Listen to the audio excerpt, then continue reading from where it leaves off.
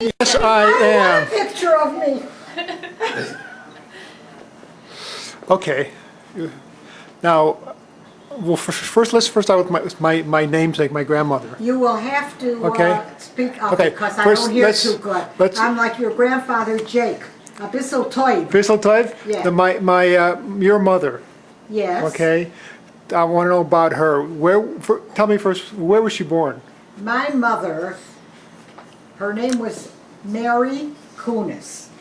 Everybody called her Menecha because that was her Jewish name. And that means, I think, happiness, peace, whatever. She was born in Russia. She came to this country. Do you know where in Russia? She was born in, I'm thinking, it's a little small town in Russia. She grew up in Kiev, but I think she was born in a small town somewhere in Russia, next to it. So how old was she when she went to Kiev? When they came to Kiev, my grandfather, which would be your great-grandfather, was a very big wheeler-dealer in Russia. And in Russia, they didn't allow Jews, you know, to go to the university. They didn't allow them in certain parts of the country. They didn't have access to a lot of education. And he worked, he was like a fancy Dan. And he worked for some big company, and he made a lot of money. In fact, at one time, when they moved to Kiev, when the children were small, they had a big house. They had a carriage. They had a maid and a driver that took him around, and he made a lot of money. He was either very wealthy or very poor. And then somehow or other, reverses changed, and his situation became reversed, and he lost a lot of money. And they moved to Rakitna. That's the name of the town. And that's where my mother was born, in Rakitna. All the children were born there. When they were there, they moved back there, he had nothing, and they opened up like a little dairy store, which my grandmother ran, which is your great-grandmother. Her name was Frida Lisansky. And they sold cheese, butter, milk, dairy products that they made themselves. They had hens, they had eggs, and so either they were in that situation, or else he was always traveling, and he was always going into different things. And when they were wealthy, they lived very high on the hog. But then when they had nothing, she worked, and she ran this little store. Harvey, you could hear this too, because there's something you don't know. I hear you. What else do you want to know? Okay. You were named after her. Right. So okay. So they're in Kiev. They're in Kiev now. Yes, they're in Okay. Kiev. What year is this? I don't know the exact year, but I know my mother came to this country in Second World War was when? 1915? 1914 to 1918. 1914 to 1918. She came to this country in 1914. And she came with her sister, Tina, she called her Tina, Kornick. And they came, there were two girls, and when they left Russia, they came here because they had two brothers here in America. One was Harry Harris, that was Uncle Herschel, and the other one was Oscar Lisco, who lived in Chicago. Now Oscar, my Uncle Oscar, was a businessman, and he was into insurance and real estate, and he was always dressed well. He was more like my grandfather. Now the other brother was just a very nice, soft-spoken, kind person, but he wasn't, you know, real big on intelligence and stuff. He was a carpenter. He worked hard all his life. He was married, and he had children. Both of them had children. So, do you want to know about their children? Sure.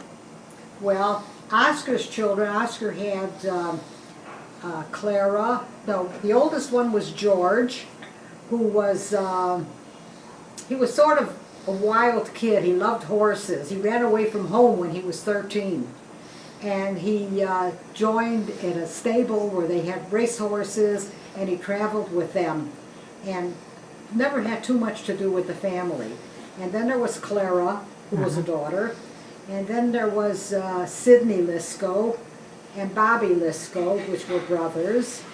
And they all were, you know, settled here, got married, had children, doing very nicely. The other brother, Henry, he had children also, but they all moved to California. They lived in Los Angeles. And he married this woman that was, her name was Manke, they called her, Manke. She was a little bit straight. She was like a, who's that? Go. Tell me about Monkey. Oh, she was a little flighty. She would be cleaning the house, and she would stop in the middle of cleaning and take the broom and start dancing. she was a character. Anyways, they had, about 5, 6 children that were all, you know, okay. They had girls, boys, but they all moved to California. So that was that part of the family. They also, my mother's family, she also had, from my grandfather had a brother that lived in Milwaukee, Wisconsin. And he went by the name of Harris. That's why my uncle Herschel took the name Harris, because he was the first one who came to this country. My other uncle, Oscar, he kept the name Lisco for Lisansky. This other Harris that lived in Milwaukee, he was married. He had a daughter, Anna, and he had a son, but they all stayed in Milwaukee, and they were, you know, very nicely settled there. Didn't see them too much, so I don't know too much about them, but I remember meeting them and going there one time. His daughter's name was Anna, and she married this man whose name was George Kessler. And they used to come into Chicago and stay at my mother's house. So they were a little bit like freeloaders. But, you know, there's always different people in families. Anyways, what else can I tell you? So, why did she come to America, 1914? Who? Your mother. I told you, she came to America in 1914. Yeah, why? I mean, because her brothers were here, because they She came had no to money, America they because had... things weren't that great in Russia. And she wanted to, you know, expand her horizon and to see things. So she wanted to come to America. And then things weren't that good then for the Jewish people. So she decided she was going to come. And her brother sent fare for her and a sister. Now in Russia, there was my mother, my grandparents, and then there was her sisters. One was Anna, and one was Margaret, and Marum was the oldest. And she was married, and she had grown-up children, and she wouldn't come to America because her home was in Russia. She was settled, had her life there. And the other sister, Anna, was supposed to come to America with my mother. But she met this man, this young man, and she fell in love with him, and she didn't want to come. She didn't want to leave him. So she decided to stay there.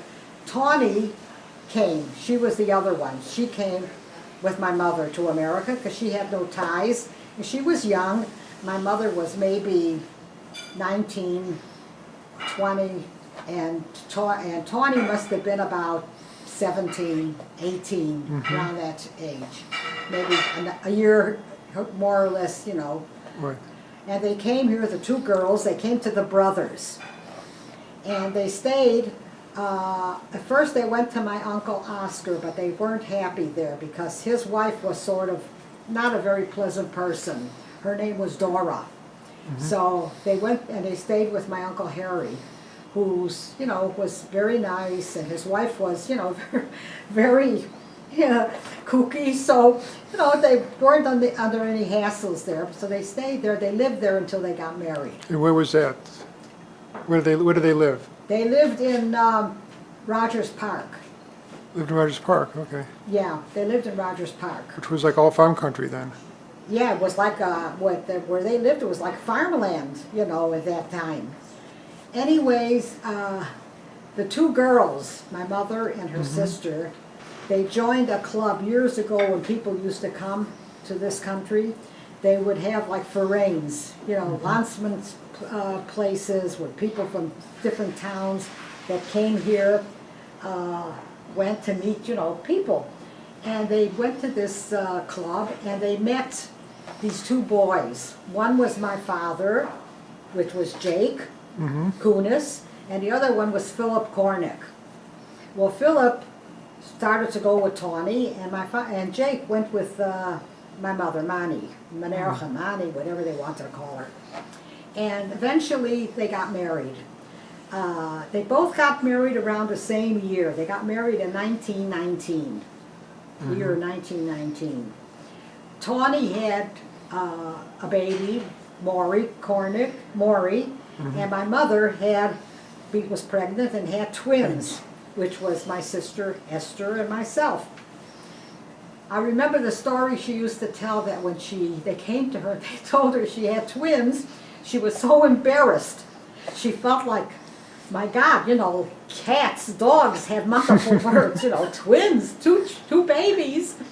And my father tells when he came into the room to see her after she gave birth, she was laying in bed crying and she held up her hand and showed him two fingers. And she had twins. Anyways, that was the start of their life. Well, you know, they were okay. My father worked. When he came to this, my mother, when she came, she had family. She went to her brother's. So she was okay. Before she got married, did she work? Did she have a... No. She just lived off the largesse? She got married, you know, very shortly afterwards. Well, it's like 5 years later. Yeah. Well, she didn't work, no. Okay. Not that I know of. My father, when he came, my father was like 20 years old when he came. And the reason he left Russia is because they were starting, he had to go into the Tsar's army, you know, and he didn't want to go into the army. So he was the going Russian army. He was going to be drafted. No, he wasn't drafted yet, but at a No, certain he was going to be age, they had to drafted. go in. So in order not to get drafted, he left. Yeah, in order not to be drafted, and he wanted to go to university because he liked, excuse me, he liked to read and he liked, you know, to study, and he wasn't allowed to go because he was Jewish. So, and he felt oppressed. So he decided he was going to come. He was the only one in his family who came to America.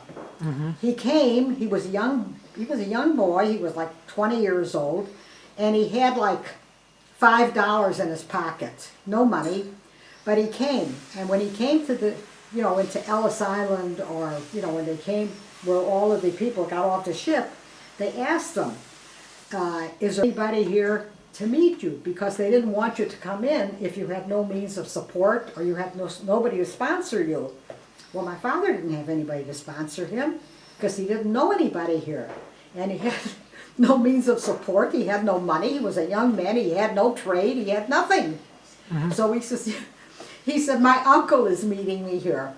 So they said, "Oh, okay." Well, anyways, there was a certain older man there, and he said, "Well, that's my uncle. I have to go meet him. He's on the other side." Fortunately, they let him through.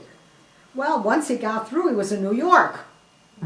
And he had nothing, so he started to go around. He didn't know where to go. He didn't speak the language. So he was walking around, and he ended up in, like Rivington Street, the real Jewish neighborhoods. There's Rivington, Like and what Lower else? East Side. The east side, is it? Lower East Side. The Lower East Side. And he went over to a newspaper stand, and there was, the man looked like he was an old Jewish man, and he said to him, "Here's Aunt Leah," which means, are you a Jew? And the newspaper man said, "Yes." He says, "You're a greener," which means you're a greenhorn? You just came off the boat? And my father said, "Yes." And my father asked him, he said, "Where can I get some place to stay?" So he says, "Well, just walk down this street, and you'll see in the windows or on the door there'll be a sign. and the sign will say room to let. So go over there and ask them, you'll find something. So he started walking down the street. He came to a house and he saw a sign on the door. He couldn't read it, but he figured if there was a sign, it must be rooms to let. So he went over and he knocked on the door. And this lady came out, and there are some good people in this world. And she looked at him and she said to him, they recognized him. I don't know how they knew, but in those days, somehow or other, they seemed to know each other and that they had just come. So he said yes, and he said he's looking for a place to stay. And spoke Yiddish to him.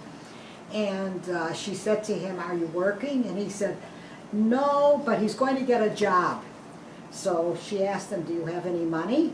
So he shows her he's got $5. So she said, well, I don't know. Somehow or other, he seemed nice to her, and he appealed to her. She liked him. So she said, I'll let you have the room. And she said, I'll give you meals. You can have dinner here. My father said, as soon as I find a job, I'll pay you. I'll give you the money. She said, okay. So anyway, she let him come in. She was his landlady for, I don't know, quite a few months. And he stayed there. And now he had to find a job. So he didn't know where to go. So she helped him, looking in the paper. And they saw an ad for a hat maker. So she asked him, she says, do you know how to sew? And he said, yes. So he comes to the factory and wants to get the job. And this foreman there said he'll try him out. And after he saw, what he was doing, he said, no, he says, you can't work here. He says, we can't use you, you don't know how to do it. Okay. So he lost that job. Meanwhile, he's going around and he has to get work. So he saw somebody who said that a bakery. So he figured he'll go to the bakery, He saw his mother bake bread, and do things, so how hard could it be? He'll be able to do it. So he came to the bakery, and he wanted the job, told him. So he asked him, are you a baker? He said, yes. Do you know how to bake bread? And he just said, yes. So he comes into the bakery, and he doesn't know how to do anything, A bakery is not like a housewife baking a bread.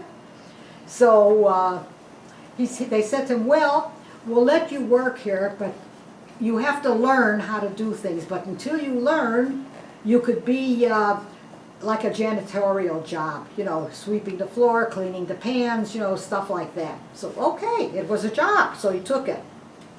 Anyways, he worked there for, quite a while, and he paid this woman, paid her money, what he owed her, because he felt, that she was so nice, he didn't want to stiff her.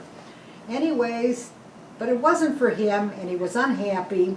So, meanwhile, he was going to night school because he wanted to learn how to read and write, and he wanted to learn the language because he was in this country.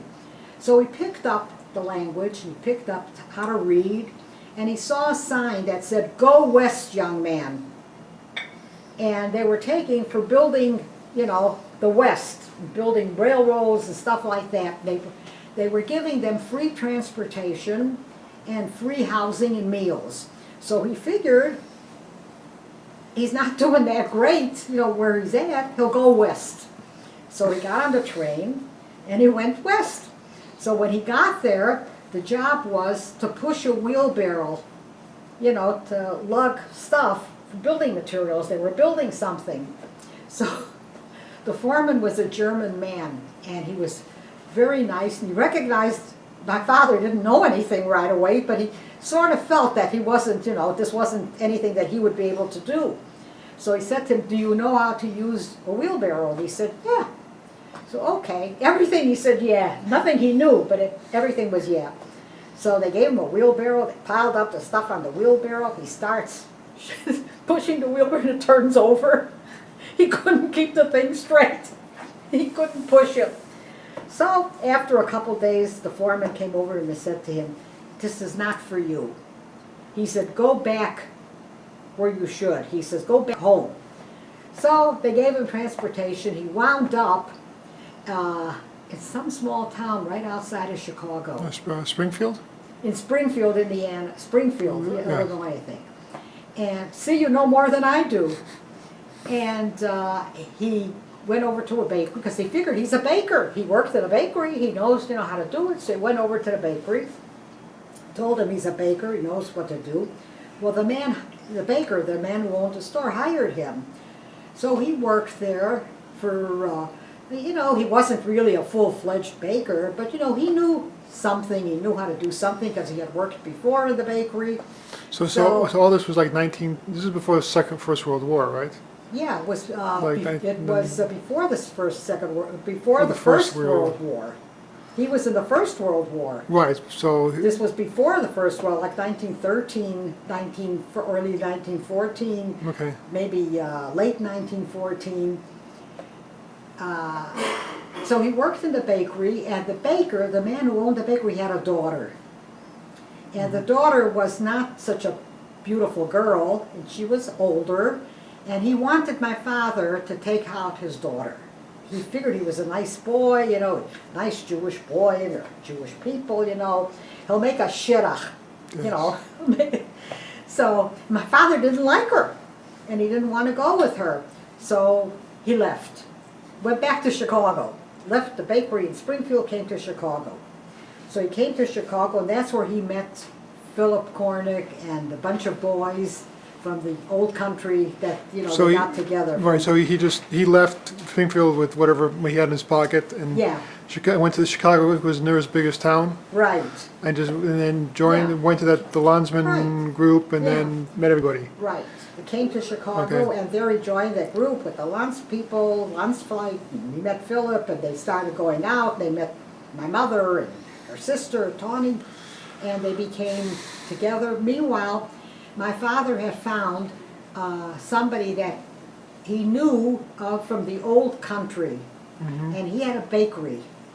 He was married to somebody who had a bakery. His name was Schlager, and he was married to somebody who had a bakery. Don't remember the name of the bakery. Anyways, my father talked to him, and he said he got him a job in the bakery. Also, the job was, you know, more like, you know, to clean and to help, you know, and stuff. But meanwhile, he picked up a lot of knowledge, you know, how to bake and how to do things and how to make things. Anyways, he worked there for, quite a while. And while he worked there, he was going out with my mother, which is your grandmother. And they got married, and Tawny and Philip got married. What happened to the First World War? This was before the First This was World before the war? This was before the First World War, yeah. Okay. So before they got married and they were going out together, he was drafted, my father. Okay. So he went into the army, and my mother, you know, was horrified. You know, she went to visit him at the camp where he stayed, and he came in there, and they asked him what he could do, and he said, well, he knows he's a cook. So they said, okay. So I don't know he was a corporal or something, they made him, and he was a cook. He worked in the kitchen. And he became a favorite of all of the officers, because the officers would come in at night, and he would make steak for them, and he would make them different dishes, you know, and they liked him. So he worked in the kitchen,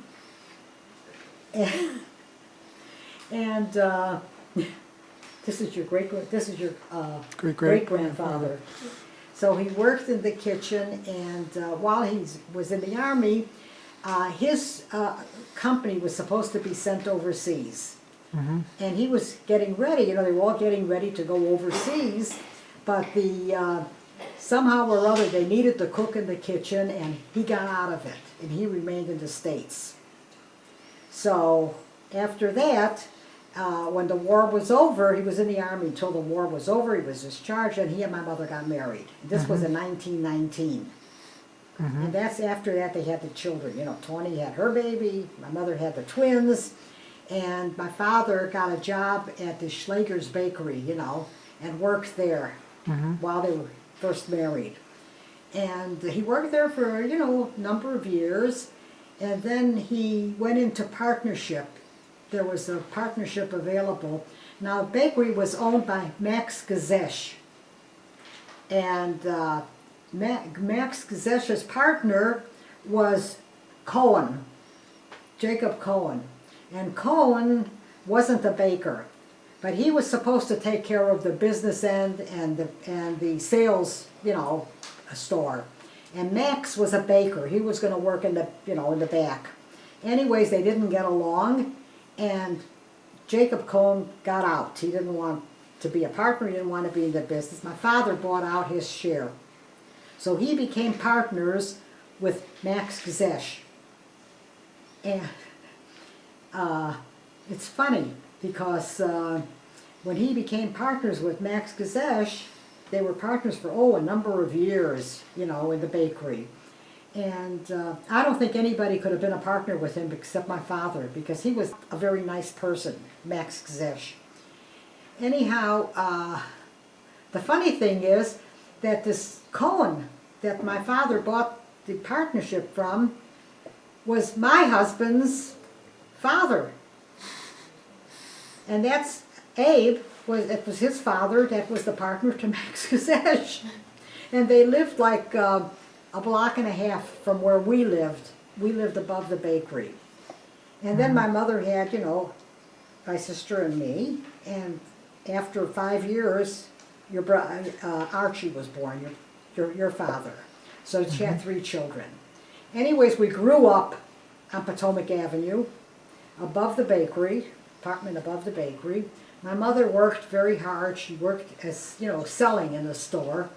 And she would go down like 6 o'clock in the morning to open the store and work, and the store, at that time, stores were open till like 11 o'clock at night. So she and the Zesh's wife, they changed off, she took a shift, the other one took a shift, and they worked very hard. The men worked in the shop baking. And the kids, of course, we had a good time, went to school and stuff like that, played. We were kids. But as I grew older, I started to help in the bakery. So I worked in the bakery selling, and I would go down there, so make it a little bit easier for my mother, so, And Esther worked in the bakery, we would take turns. I remember it was funny because on Sunday, they had a sales girl, but she didn't work on Sunday. So on Sunday, Esther and I had, sell in the store. So one of us had to go down like 6 o'clock in the morning, and if you went down at 6 o'clock in the morning to open the store, you worked until 1 in the afternoon. If you went at 1, then you had to work until 11 to close the store. I always took the morning shift because it was easier than working till 11 o'clock.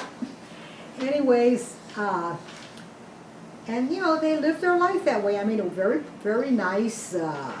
They did, whatever they did, they made a nice living. We never were in want for anything, never hurt for anything. When they had the big depression, everybody lost so much money and everything. I mean, we as children never felt, a push of anything or felt that, things were bad. Because, when you were in the store, you had everything, you had plenty of food and stuff. Anyways. So what did your mother do did she have any like recreation activities? She like to go to They meetings? belonged to Forain. That was recreation. They used to belong to a Forain, and they would go to the meetings and meet people, and they would play cards. That was the recreation. We always looked forward to Passover, because on Passover the store was closed for like 10 days, because that's when they painted and they cleaned and did, for the whole year. And that was vacation time for us, and my father would take us downtown. We would go to a restaurant, we would go to a show, and that was, a good time. But, it wasn't like today. People didn't do everything that they did today. So it was, different life. And I was there until I grew up, and went to public school, went to Von Humboldt, and then from there I went to Thule High School. And when I graduated Thule High School, shortly after that, I started going out with Abe, and we got married in 1940. And then my life began. And my mother, at that time, they were out of the bakery, and my father had rooming houses that he had bought. And he had 2 rooming houses, and they had an apartment building on the west side. And I used to work with him and, you know, go with him to take care and do the books and collect the rents, and Abe used to go with me, you know, and we used to take care of stuff for him. Now, what else you want to know? Also want to know. Oh, tell me the famous story of when you went, your father took you on a picnic out in the countryside. When we went on a picnic? Yeah, you found out it was, and he pulled Oh. over. Well, at that time, you know, not everybody had a car. And my father bought me a 1927 Chrysler. And my father learned how to drive, and of course, he wasn't one of the best drivers in the world. And he would take us always, you know, for a ride in the car. And we would go in the car, and one day he said, well, we're going to go on a picnic. So we went into the car, and my father was driving around. Now, then you didn't have to go too far to go into country, you know, or land, or farmers, you know. So we're driving along, and my father sees this place, you know, it's grass, and it's real nice, you know, it's clean, everything. So he says, all right, we'll have a picnic here. There's a nice tree, you know, and there's grass. We're going to stop here. We're going to go and have a picnic. So my mother gets out and spreads out cloth, you know, starts taking out the stuff, and we start running around, and we're going to have the picnic with that. Farmer comes up with a shotgun, and he says, you're trespassing, get off my land. My father says, we're only having a picnic, go picnic somewhere else.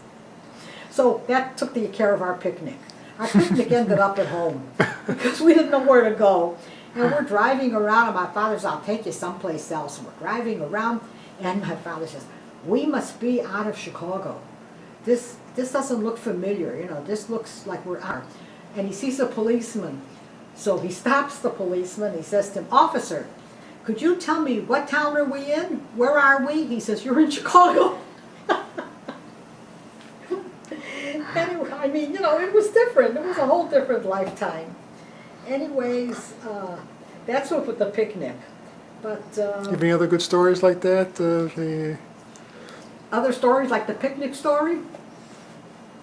I remember one time, my mother, you know, in summertime it was very hot. And we never, of course we didn't have air conditions. And, you know, the bakery, because we were like above the bakery, you know, the bakery was underneath, and the ovens, you know, where they baked. So it was really hot. And my mother would take us, you know, the kids, the 3 of us, and she would take a blanket, and we would go to Humboldt Park. And at that time you could go to the park and stay there at night. No bothered you, not like today. And we would sleep in the park. So we went to the park, and we stayed in the park, and in the morning when we got up, we went, they had like a pavilion there, and like benches all around, and you know, and swings, and like a playground. So we were playing, and Archie got up on he was a little one, he was like maybe 3-4 years old at that time. And Esther and I, well, so we're 5 years older, we must have been 8, 9, you know. And he's running around on the bench. He gets up on the benches, and they were just benches, you know, all around. And he's running on the bench, and we're running after him, and he falls. And he falls, and he hurt himself by his genitals, because he fell, you know, in between the thing. So my mother got all excited, and she's looking, and she says, oh my God, he's bleeding. What did you do? You know, he won't be able to have any children. He won't be able to do anything. Oh my God, you know, you ruined him, you ruined him. Well, of course, he's fine, you know. Proof of the pudding is you're here. Yeah. Anyways, that was a story that I remember. That stuck in my mind. Other stories? How about the one where, did my father fall asleep in the World's Fair, got locked in? The what? The Chicago World's Fair. Didn't he get lost there? I don't remember. You remember that one? Okay. I don't remember. Anything else that you know about? Wasn't there something with you in a car going to Wisconsin, and your car kept breaking down on the way back? And you and Esther Well, that was Esther and me. Yeah. I mean, Okay, well, it's a good story. that's a good story. You know, Esther we drove. You know, at that time you didn't have to take a driving test. You know, you were 13 years old, 12 years old, you could drive a car. My father had this old Chrysler, the 27 Chrysler, and we were the big shots because we had the car. So we, you know, drove, we picked up, we were in high school, you know, beginning high school, and we had these girlfriends that we picked up, and we were going to go for a ride. And we left like 2 o'clock in the afternoon. We were going to be back for dinner. And we're driving around, and one of the girls said, how about going to Lake Geneva? And we said, well, where's Lake Geneva? And she says, well, it's not far, but I know somebody who's got a cottage there, you know, and they'll let us, you know, use the pool. We can go swimming, and we'll have a good time. So, okay. So we start out for Lake Geneva. And we're driving, and we finally get to Lake Geneva, not knowing how far it was, you know. We get to Lake Geneva. And when we're there, we stayed there for a while. We decided it was time to go home because, you know, it was close to dinner time. It was time to go home. So we said, well, no, we'll stay a little longer. We'll wait. We'll go, you know, we'll wait. Finally, we got to the car. We started going home. Well, of course, we didn't get too far, and the car started acting up. And we were going like 5 miles an hour. Now, people with horses, you know, horse and buggies, peddlers, they would pick us up and they would holler, get a horse! And we couldn't go any faster. And I kept saying, oh, God, I hope we get home. You know, and Esther kept saying, shut up! And the girls are saying, it's getting late. We have to get home. We have to get home. And she said, well, you wanted to go to Lake Geneva. Well, at 5 miles an hour, we kept on schlepping. We thought any minute the car's going to just break down. We won't be able to go. So I said to Esther, there's a gas station. Let's go in and see if they can do anything. So we went into the gas station. The guy looks at us and he says, there's nothing I could do. He says, you know, you'll never make it to Chicago with this car. He says, I don't know what you could do. He says, but you'd have to leave the car. Oh, we can't leave the car because my father needs the car for business. We got to get home. So we're driving. Well, to make a long story short, we got home like 2 o'clock in the morning. And as we drive up to get to the house, we're looking up, we see my mother and father looking out the window. They're both hanging out the window. And I said to Esther, I think we have trouble. And she says, whoa, no, don't worry about it. Well, at 2 o'clock in the morning, we come strolling in, and my father just looked at us. He didn't say one word. He just looked at us, turned around, and left. My mother says, how could you do that? And I said, wait a minute. You should be happy we're home. You don't know what trouble we had. You know, you should be very happy. We thought we'd never make it. And I'm, you know, saying, oh, you know, it's their fault. They should be happy. You know, at least we're home. They should be glad we're home. Anyways, the car was ruined. So my father gave us the silent treatment for a week, as if we're non-existent. You know, he never hit us, or never, you know, yelled or anything at us. But he would give us a silent treatment that was worse than anything else. Like he would look right through us, like we weren't there. Didn't talk to us or anything, because they were so angry. My mother then told us that they called the police, they called all the hospitals. And she says the police told them, don't worry, if anything had happened, you would have been notified, you know. But, you know, if my kids would do that to me, I would be hysterical, you know, at that young kids, 2 young girls. Anyways, but all's well that ends well, right, Mark? True. Yeah. Any other stories you know? Yeah, that was a good story. That was a good story. Yeah, that was a good story. How about when you were, how about, so after they sold the bakery, what did my grandfather and grandmother do? Or your After parents? they sold the bakery, Which was like in 48 or something? yeah, 49? yeah, I was married already, and I had Harvey was born. They had sold the bakery. I used to leave Harvey home Sunday morning with Abe, and I would take the Streetcar. bus down to the bakery on Sunday morning to work Sunday morning. And Abe would take Harvey to the hobby shop, you know, and then come to the bakery to pick me up, you know, with the car. But the bakery was a help because we didn't make too much money. You know, we weren't very affluent when we got married, he made all of $15 a week. And paying rent and everything else, you know, we had a very strict budget. But we had a lot of food from the bakery, so that helped a lot. And when they sold the bakery, my father went in, I told you, he had rooming houses and they had the apartment building, and he did that for a number of years, you know, for years. They lived,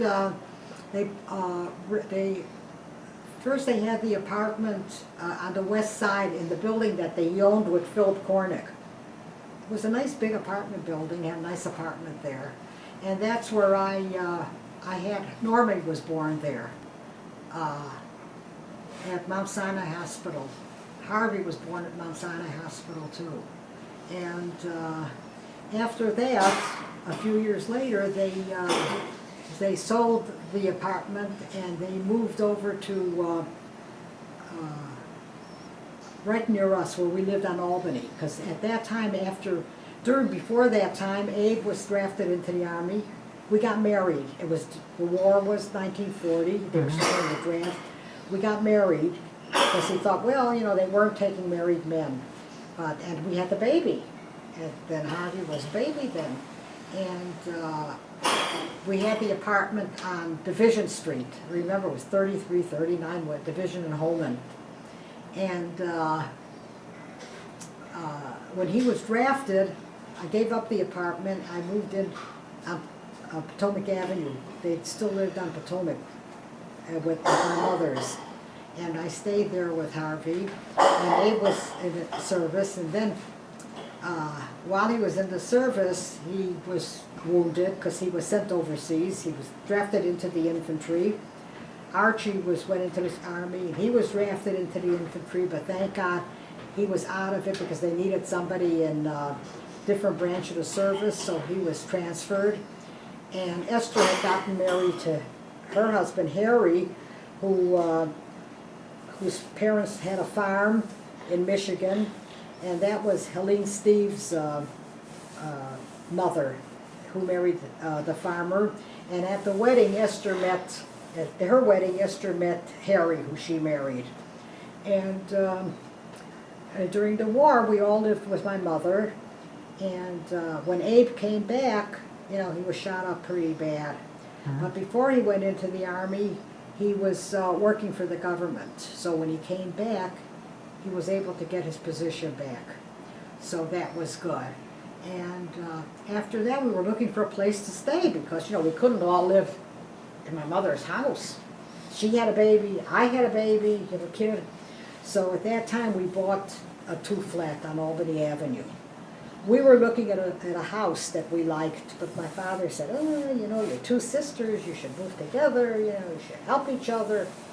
So we bought the 2-flat building on Albany. We were there until the kids grew up. And after that, when Abe put in his years of service and retired, we moved to Florida. And we were there for 30-some years. But when he got very sick, we came back to, you know, Chicago. Right. And wanted to be near the children, which was Harvey and Norman. And Harvey became a lawyer, Norman became a doctor, and we felt secure because we had a family near us. But unfortunately, he was too bad off, and he passed away. And so I'm here now. I'm here part of the year, and I'm in Florida part of the year. Hey, How long it's going to be, I don't know. many years. Thank God everything is going along okay. So tell me about the apartment on Potomac Avenue. You The grew up apartment in. on Potomac Avenue? Yeah, what do you remember? There's a little girl. Well, the first apartment that I remember that we lived in was a little 5-room apartment, and it was a big kitchen, and it was like 2 bedrooms. Off of the kitchen there was a dining room on one side and a living room on the other side, and a bedroom off the kitchen, a bedroom off the dining room. And it was okay, you know.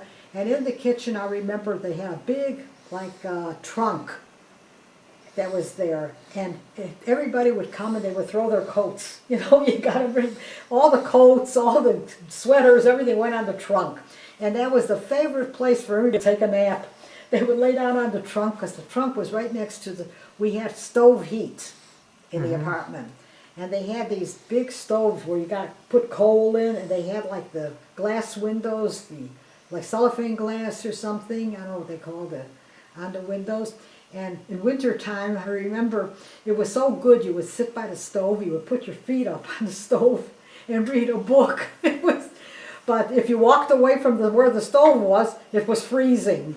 But that was the first apartment that we had. We lived there for a number of years. And then, when my father bought out the partnership with Gazesh, and he stayed the only one in the bakery, we moved into the bigger apartment that was the next one that was like 7 rooms. And that we had like, I think it was oil heat or gas heat, it was one room. They had the furnace in there, the boiler, and it heated the house. So that was nice. I got married from that apartment.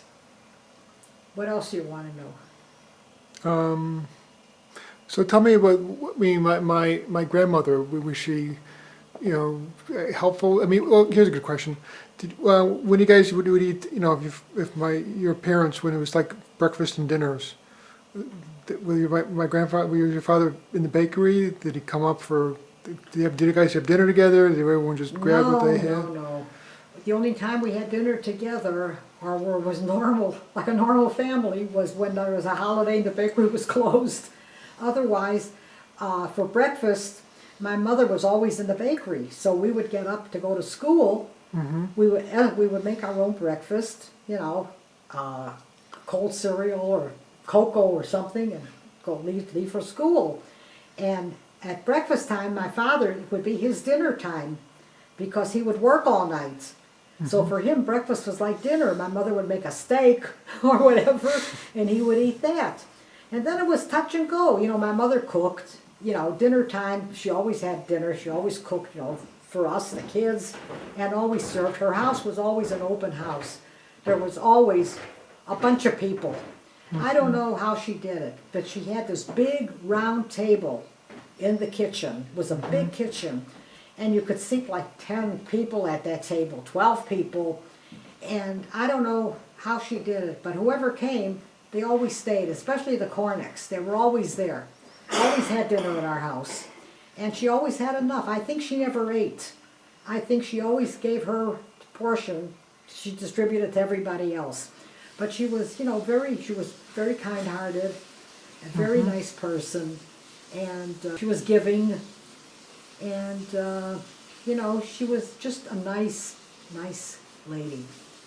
And when when our husbands were in the Army, Esther's husband was in the Army, my husband was in the Army, Archie was in the Army, I mean, she was very supportive of the kids. When Abe came back from overseas, and he was in the hospital here in the States, and he was, so badly shot up, I went to see him.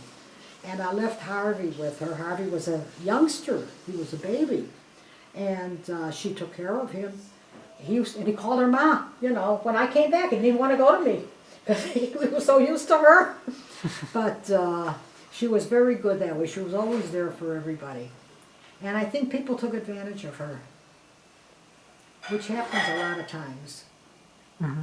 But that's life, I suppose. And now here I am. People take advantage of you. Now here I am, yeah. Archie's in Las Vegas. Esther is in a little cuckoo in a retirement place. And I'm going back to Florida. So tell me, any good stories about my father when he was a little boy? Besides that. When your father was a little boy, he was such a pain in the ass. What did he do? He always wanted to tag along after us. And we were like, when he was 5, we were 10. When he was 10, we were 15. And you didn't want your brother hanging around with you. If he was 9, 10 years old, or 8 years old, and we were 14 or 13. Every time my mother was in the store, we would go to the movies. And she would always say, you have to take Archie, you have to take Archie. So, of course, we have to take Archie, So I was the one that had to hold his hand and take him to the movies. Esther would walk along, like she didn't even know us. And we would come to the movies. I would take with a bag of donuts, cupcakes. So you have a notch in the movies, you got to eat. And I would carry the bag. We would get into the movies. I remember one movie especially was Ramona. And we came to see the movie, and we walked in, and Archie is sitting there, and he got very restless, didn't want to stay in the movie. I gave him a cookie, I gave him a piece of cake, you know, and he wanted to go. He said, I want to go, I want to go. And I said, shh. And Esther says, keep quiet. So, like she doesn't even belong to us. And I looked at her, and he kept on whining, you know, he wouldn't go. Finally, and she moved away. You know, she didn't want anything to do with us. You know, like she doesn't even know us. And I'm stuck with him. And I got so angry, I grabbed the hold of his arm, I pulled him up from the seat, and I dragged him home. I think his feet never touched the ground.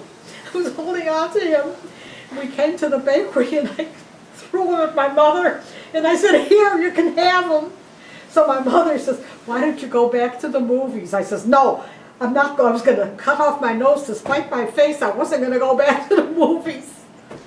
But, he was young, and he always wanted to tag after us, until he got, older. Then he had his own friends, of course.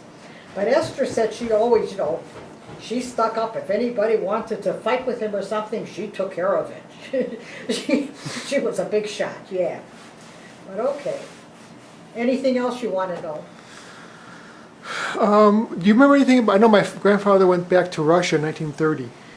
In 1930, after the Depression, Yeah. your grandfather lost a lot of money. They had the bakery, but he had, it wasn't that great.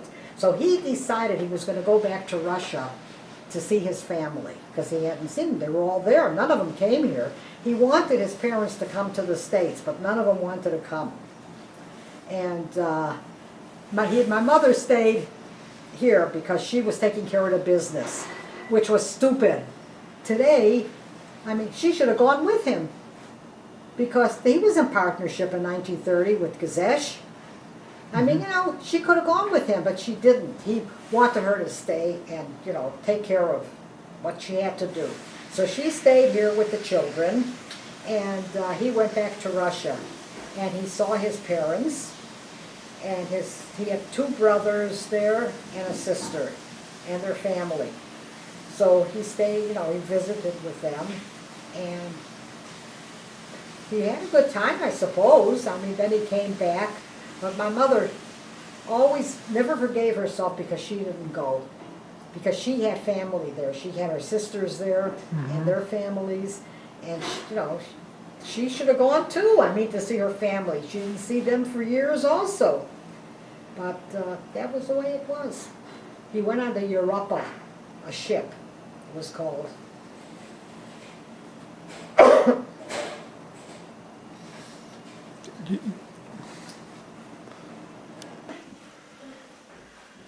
Your father was in the army during World War I. He was a During baker. World War I, yes. Of course, my father wasn't in World War II. Dad was in World I War know. How did he find out the war ended? What happened? II. The armistice was signed. How So- did he find out about the armistice? I suppose they Long story. let them, they told them to go. I don't know. Okay, Do you know okay. how he found out? I know the story you used to tell. What was the story? I don't remember. I don't remember everything. What was the story? That he got a telegram? He got a telegram from my mother. From my mother? Yeah. I got a yeah, but I don't remember the details. Well, tell the story. Yeah. It'll come to her. You remember? That your mother heard on the news that the armistice Was had been signed. Yeah, And she sent your father a telegram. yeah. And he was celebrating and telling everybody the war was over, and he was called into the commanding officer's office. Yeah, And what is he spreading rumors? What does he mean the war is over? And he showed him the telegram that the war was over, yeah. and that they didn't find out officially for like a day later. Oh, They didn't get notice. oh, okay. Because I don't remember everything. Yeah. Okay. Now, when you mention it, I remember that she sent them a telegram that the war was over. And at one time, when they had, when my father was in the army, he was a soldier in the beginning before he became a cook. When they had inspection for the firearms, everybody had to have their guns there, and and I don't know, the captain or the sergeant, whatever, would go around inspecting it. When he came to my father, he took a look at his gun, and he says, "You could blow this whole place up. Don't you ever clean it?" My father never cleaned the gun. It still had the grease in it and everything from the original. He never did anything with it. He never knew how to shoot. Did he ever complete basic training? His basic training was they made him they put him in the bakery, he would cook in the kitchen. That was his basic training. And where did they send him when his unit was supposed to get shipped They were overseas supposed every to time? ship overseas to Europe. And what happened to him? He became, all the officers there in the camp, the units, they liked him because he would make separate meals. They would come in at night and they would come in the kitchen and say, "Hey, Kunis," and he would make them coffee, he would make them food, and serve them, which he wasn't supposed to do. So he became like a favorite of all of them there. So every time the unit was scheduled to go overseas, they kept him. They said they needed him. He couldn't go because they didn't have anybody to replace So him. what they do, send him to the hospital? He suddenly became sick for a day? I don't remember that. You and your sister ever take any auto trips? Oh, yeah, that one, I have that, they told me that story. No, she told you? Okay. What? Nothing, I missed it. What? About when you and Esther went Oh, to yeah. Lakes or... Oh, yeah. Yeah, Lake We went Geneva. to, Lake Geneva, to yeah. Lake Geneva, yeah. What else? How'd Swanee how'd your mother's sisters come to this country? Did your father tell you about that? No, He didn't tell you about that, huh? When his grandparents came to this country, they were my grandparents, right? My mother's Right. father and mother. Yeah. your grandparents. Yeah. When my mother's parents, they were left in Russia with Sony. She was the youngest.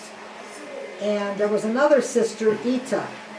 Now Ita, she was like the renegade of the family. She went to school when my grandfather was up, doing well. She went to the university, which was very, very limited, to Jewish people.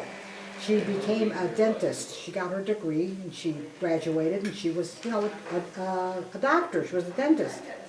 And she was in Russia and she met this young man who was an officer in the King's Army.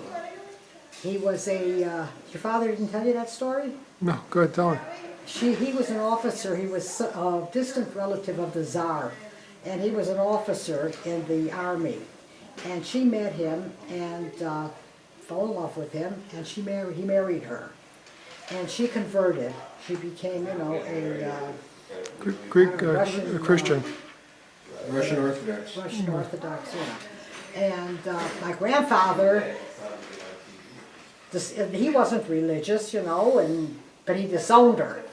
And it had nothing to do with her. He was dead as far as they were concerned. Now, she worked during the war. That's when the war started. And, people were leaving Russia. My grandparents were going to leave Russia. They were sent money by my mother and my aunt and my uncles, to bring them here to this country. They were going to come here with Sony, the youngest daughter. Now, Ita was roaming around because nobody knew where she was. She was married to this this guy, this guy, and they didn't want to know from her. They didn't know where she was or anything. Anyways, before they came to this to get on the ship, they all wound up in France. I don't know where the boat stocked or something. And my grandparents were there. And while they were there, they heard about, they were waiting for the ship. Meanwhile, Ita, the one that was married to this soldier, she had a child with him. She had a little boy. Now, she was considered a white Russian because she was married, to this guy in the Tsar's mishpucha, whatever, in the castle. And so she ran because, that time they killed all of the all of the White Russians, the king, the queen, whatever. And she escaped. She ran with her kid. Well, during her travels, she lost the baby, the child, the little boy. He died. He got sick and he died. And she kept on volunteering. She worked as a Red Cross nurse. And she wound up in France also, you know, where the ships dock. Now she had nobody knew of her. She had no help from anybody. Well, when my grandparents were there, they heard from somebody that there was a girl, you know, that was going also to America. She was a Red Cross nurse, and her name was so-and-so, you know. So they became, you know, we wondered about it. Anyways, she heard about this family that was there with a daughter. They were going to America. Her name was Sonia, so she looked them up, and it was her parents and her sister. And that's how they got together, Ita and my grandparents and Sonny. And oh, then my grandfather was such a big shot, you know, he made a big party, you know, and everything else, and welcomed her back into the family. She stayed after they left because they came on visas with money, you know, they sent money from America. She didn't have any. She was waiting to come in as a Red Cross nurse. You know, she was being sent by the Red Cross. They were paying her passage. And that's how they came to America. She came. The story is that Sonny came with 15 pairs of shoes and 10 umbrellas that she bought in France. And Ita came with just the clothes on her back. But that's how they got reunited, the family. Then after a couple of months later, she came, Ita. And that's how they all got together again. But the sisters, it was, I don't know. They were okay, I suppose. What do you Ita mean? married Dmitri Shmaklevsky, who worked at the King's Palace in the orchestra He was a bass player. as the bass fiddle, yeah. And he was converted also as a Greek Orthodox, whatever, Russian Orthodox, whatever. Anyways, both of them. And they got married, and they came to America. And he worked at the, he played at the Cleveland Symphony, and he played at Chicago. He was a well-known musician. And he had written some, you know, books, you know, that were used in schools to teach children. And they got married, and they moved to Florida. They lived in Florida for, years until he passed away. He worked in Florida also in the symphony orchestra there. And he taught and shared a nice life with him. But she was flighty also. I think her life, you know, wasn't that great. And when he died, she moved to America, to Chicago. And she loved to play the horses, the dogs. She lost a lot of money at the dog track, and he left her quite comfortable, but she went through everything she had, and before she died, I think she wound up on Medicaid or whatever. She had nothing. It was a shame. But that was her life. I mean, she had an interesting life. She should have wrote a book. How about the other sister? What happened to her? Which one? Sonia? Sonny got married to a guy who was also from Russia. He was a cap maker. He worked as a cap. That was Al Randall. They had 2 children. One of them was Jeannie, who she married, she was very knowledgeable. She worked in a law office, and she married one of the lawyers, Mickey Schaffner, and she did very well, and then she had 2 children with him. Then she divorced him, and she married another guy who was very, very wealthy. And now she's a high society, roaming around. She's very, very wealthy and doing her thing. Don't see too much of her or hear from her.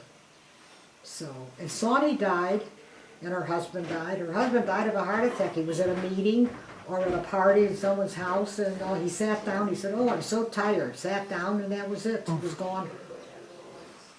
That's a good way to go. Yeah, and And I think it. that's So from all of them, there's none of them left.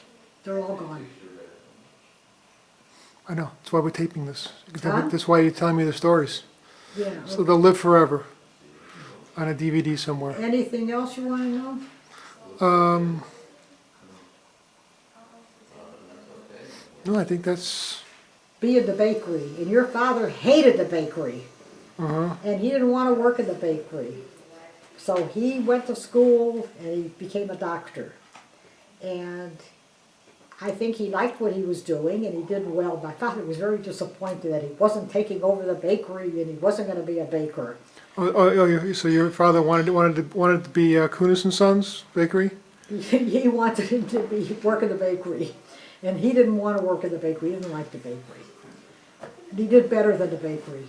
This is true. I heard Harvey liked being in the bakery though. Who? Harvey liked the bakery though. Harvey? No, when Abe was in the army and I lived at my mother's, Right. Harvey was a baby. He was a youngster, maybe 5 years old, 6 years old. And I was working in the store. Because I was living there, I had to do something. So I was, helping in the store, working. When I was working in the store, Harvey would come down and he would go in the shop, in the back, because the bakery, the bakers were in the back where they baked and everything. And he used to patchki around. My father would make him a hat out of a paper bag and put a big apron around him, and he would give him a piece of dough. And he would patchki around like a kid. But Harvey had no intentions of being a baker. He just liked to monkey around, So it was a successful bakery. I mean, it was. Yeah, basically, we had a good life. We were never in want for anything. I don't say we were millionaires, No. but we were comfortable. And there were other people who worked there. He had like other Yeah. bakers. He had other. He had in the shop, they had there were 5 bakers and a cake baker, pastry baker, and a helper, that like he did in the beginning, sweeping, cleaning and stuff like that. And they had a sales girl. And then of course, the sales girl worked, at that time the store was open from 6 in the morning to 11 at night. Right. Now, sales girl worked 8 hours, and the rest of the time, was they had to take over. Like in the morning from 6 o'clock to 1 o'clock, one of the women had to go down there before the sales girl came. So It was a hard life. we won't do it anymore. We won't do it anymore. No, I don't think they. Well, today, no, you don't keep a place open from 6 in the morning to 11 at night. Yeah.